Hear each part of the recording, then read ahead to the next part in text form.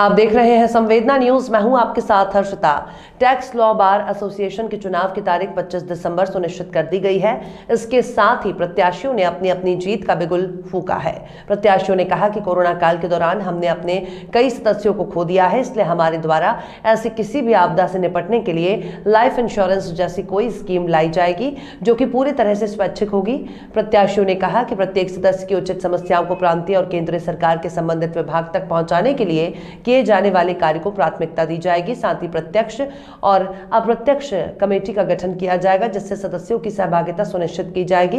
Association का कहना है कि इससे पहले जो भी फैसले लिए गए हैं उससे वे सहमत नहीं है।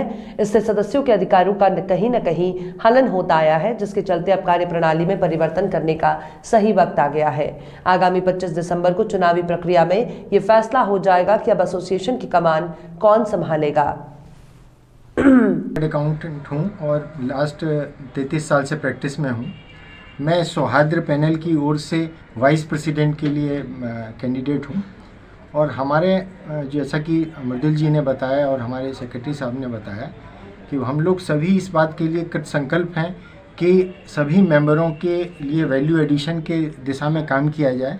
चूँकि मैं वरिष्ठ भी हूँ और मेरा भी हमारी भी सोच ये है कि अभी हम लोगों को बहुत सी समस्याएं आती डिपार्टमेंट में, तो हम लोग इसमें सभी सदस्यों का ज्ञानवर्धन करके और समस्याओं के लिए डिपार्टमेंट में रिप्रेजेंट करके उनको यथोचित जो भी लाभ मिल सके उसका पूरा प्रयास हम लोग करेंगे। रोल यस रेडी जी। मैं राजेश्वर दयाल एडवोकेट हूँ और वाइस प्रेसिडेंट का प्रत्याशी हूँ, के पद के लिए प्रत्याशी हूँ।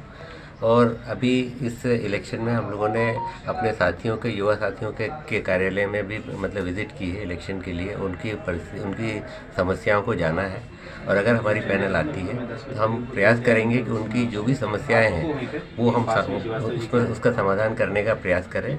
और साथ ही हम ये चाहते हैं कि उनको भी नॉलेज वाइज इतना अपडेट कर दें कि ताकि हमारे बार का नाम रोशन हो और वो उनकी आइडेंटिटी जो है वो दूसरे बार में भी जानी जाए और उनको हर तरीके की प्रतिभा उनको सम्मान मिले और उनको आर्थिक और फाइनेंशियल रूप से और सोशली भी उनका रिस्पेक्ट बढ़े। इसमें भी हम लोग काम करने का प्रयास करेंगे और उनको आर्थिक संरक्षण देने का भी प्रयास करेंगे। ठीक, धन्यवाद। इनका भी पद का उम्मीदवार हूँ। टैक्स लॉ बार एसोसिएशन के जो द्विवार्षिक चुनाव होने हैं 25 तारीख को, उसके लिए अभी तक क्या खास तैयारियां हुई हैं आप लोगों की? जिस तरह से हर साल या आप लोगों का जो चुनाव होता है, तो इस बार क्या नए आप लोगों की जो एक घोषणा पत्र टाइप का जो होता है आपका, जो एक उम्मीदें जगती हैं लोगों की, एजेंडा, तो क्या है इस बार? काफ़ी समय बाद संस्था में चुनाव हो रहे हैं तो और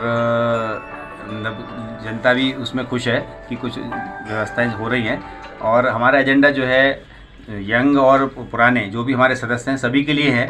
हम जो नए सदस्य हैं उनको एजुकेट करने के लिए जो सेमिनार वेबिनार्स होती हैं उसका आयोजन हम करते रहे हैं, लेकिन हम आगे कोशिश करेंगे और ज़्यादा हों खेल कूद के आयोजनों जो शारीरिक विकास के लिए। और जो पुराने सदस्य हैं उनके साथ अभी समस्या है कि सब चीज़ें ऑनलाइन हो गई हैं, जीएसटी में, इनकम टैक्स में, तो ऑनलाइन में उतने कंफर्टेबल नहीं हैं।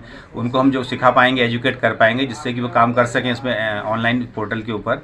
और अभी पिछले जो 2 साल में कोविड का रीज़न रहा है, इसमें भी काफ़ी लोग को नुकसान हुआ है, बिजनेस में नुकसान हुआ है, कुछ साथी हमने खोए भी हैं अपने।